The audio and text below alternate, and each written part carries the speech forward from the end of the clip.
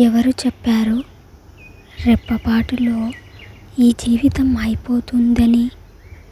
ఒకసారి అడుగు, కోరుకున్న జీవితం దక్కని వాళ్ళని అడుగు.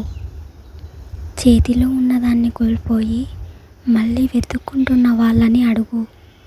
ఎదురు చూపులతో రేపటి కోసం కాళ్ళను రోడ్డు మీద పరిచిన వాళ్ళని అడుగు.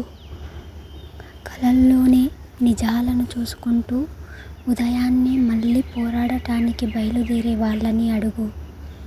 అప్పుడు తెలుస్తుంది, ఒక జీవితం అంటే ఒక రోజు కాదు, ఒక సంవత్సరం కాదు, వేల లక్షల కోట్ల సెకన్ల యుద్ధం, నిమిషాల నిరీక్షణ, గంటల పోరాటం, గెలుపు కోసం గుండెల్లో మంటలు మోసిన ప్రయాణం.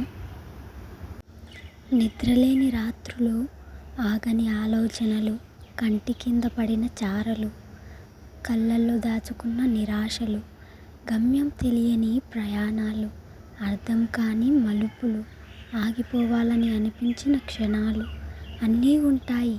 కానీ జీవితం అక్కడితో ముగియదు. ఎందుకంటే బతుకు అంటే పడిపోకుండా ఉండటం కాదు, పడిపోయినా మళ్ళీ లేచి నడవడం. జీవితం అంటే కాలం గడవడం కాదు, కాలంతో పోరాడి మనల్ని మనం గెలుచుకోవడం. గుర్తుపెట్టుకో, నీ ఓటములు నీ ముగింపు కావు.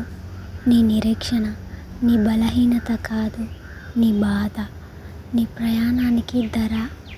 మరి నీ గెలుపు, అది నువ్వు ఆగిపోని ప్రతి అడుగులో దాగి ఉంటుంది. ఎందుకంటే ఒక జీవితం అంటే కొన్ని క్షణాల కథ కాదు, చివరి శ్వాస వరకు సాగే పోరాట గాథ.